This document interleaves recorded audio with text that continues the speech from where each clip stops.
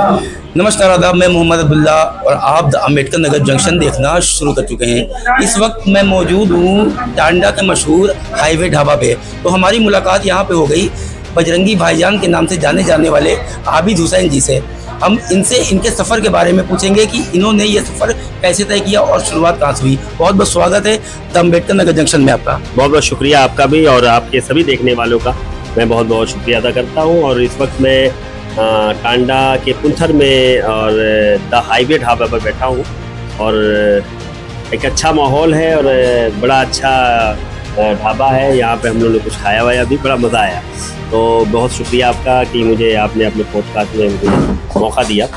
तो जी, सबसे पहला सवाल यही करूँगा मैं कि बजरंगी भाईजान मूवी में वो देखने के बाद इंस्पिरेशन मिली कि पहले से आप ये काम कर रहे हैं? जी, मैं बिल्कुल कई इंटरव्यूज़ में मैंने ये बताया है कि जब 2012 में एक जितेंद्र अर्जुनवार नाम का बंदा जो पाकिस्तान चला गया था और वहाँ पे जाके फंस गया, उसका केस हमने उठाया था। वो 2018 में जब वो भारत आया मेरे प्रयासों से और विदेश मंत्रालय एवं भारतीय इस्लामाबाद हाई कमीशन की मदद से, तो उसकी मदद के लिए जब एक मीडिया कवरेज आई तो अम्बेडकर नगर के ही पत्रकार हिंदुस्तान न्यूज़पेपर के, उनका नाम है नियाज तौहीद सिद्दीकी, तो उन्होंने इस पे एक आर्टिकल लिखा कि सैयद आबिद हुसैन है रियल लाइफ के बजरंगी भाईजान। तो तब से वो नाम अल्हम्दुलिल्लाह इस नाम के साथ जुड़ गया। ये काम पहले से कर रहे हैं कि बजरंगी भाईजान आने के बाद ये नहीं बताया आपने?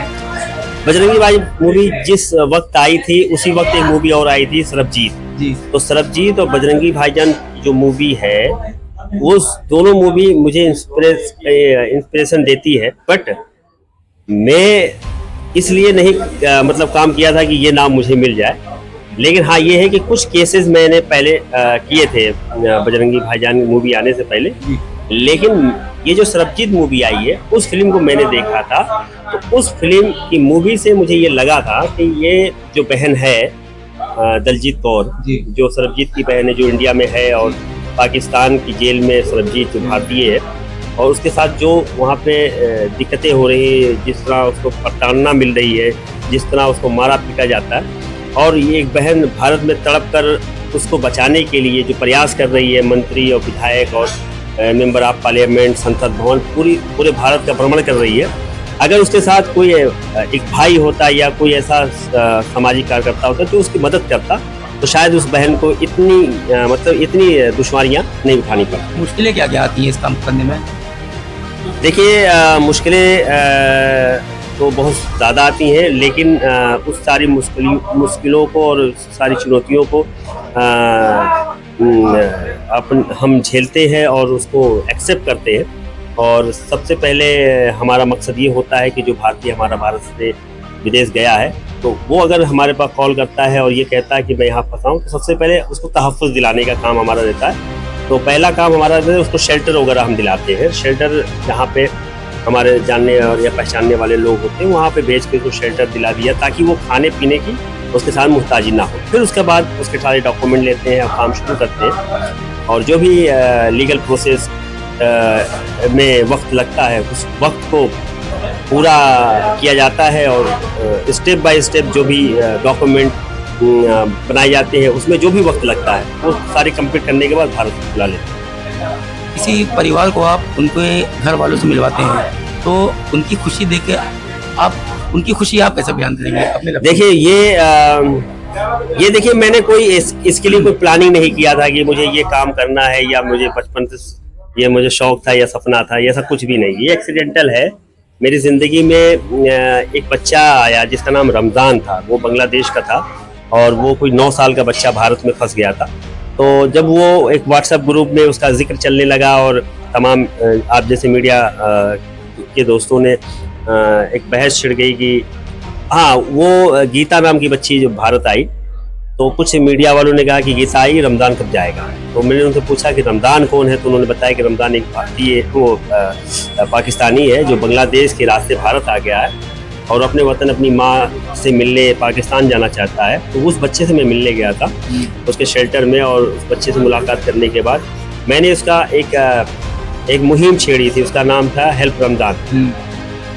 ट्विटर पे वो हमारी जो मुहिम थी वो ट्रेंड हुई, और ट्रेंड होने के बाद जब उससे लोग जुड़े, सुषमा स्वराज मैम उस वक्त हयात थी और जब भोपाल आई तो उस बच्चे से उन्होंने मुलाकात की, और वो बच्चा भारत से बांग्लादेश गया। तो फिर मुझे लगा कि ये तो एक बच्चा था, और क्योंकि ये बहुत हाई लेवल का केस था, ऐसे तमाम भारतीय जो हमारे हिंदुस्तानी प्रवासी मजदूर हैं और मछुआरे हैं जो पाकिस्तान में जाके फंस जाते हैं, ऐसे बहुत सारे लोग होंगे जो भारतीय विदेशों में फंसे होंगे, उनकी रिहाई के लिए कौन काम करेगा। तो सब तो सरकार तक नहीं पहुंच पाता, नहीं सब विदेश मंत्रालय तक पहुंच पाता है, नहीं सब एम्बेसी तक पहुंच पाता। तो फिर मैंने इनिशिएटिव लिया कि हम इस विषय पे काम करें। कहाँ के केस आपके पास आए अभी तक?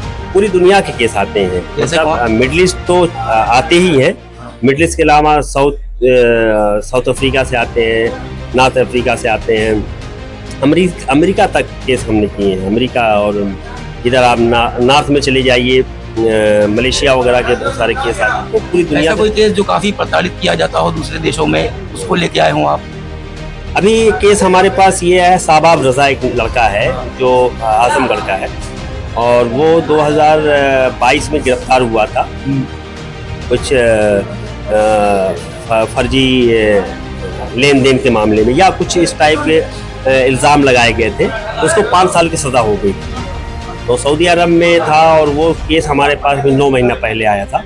तो उसकी 5 साल की जो सज़ा हुई थी, उस सज़ा को माफ़ करवा के मैं 9 महीने के अंदर उसको बचा के लाया हूँ। ये मेरे लिए बहुत बड़ा केस था, और वो लड़का मिलने आया था मुझे अभी मेरे घर पे, बोले भैया अगर आपने हाथ नहीं डाला होता तो मैं अब आज बता देता। इसी तरह एक केस अभी मेरे पास और आया था, राना समंदर का, जो इराक गया था, और इराक जब वो एयरपोर्ट पर बसरा पहुंचा तो वहाँ पे इमिग्रेशन ने उसका पासपोर्ट ले लिया। बोले पासपोर्ट में थोड़ा संदिग्ध लग रहा है, क्योंकि उसकी ज़ुबान जो थी वो बंगाली थी, और बंगाली होने की वजह से उसको लगा कि ये बांग्लादेश का है, और इसलिए उसका पासपोर्ट रख लिया गया।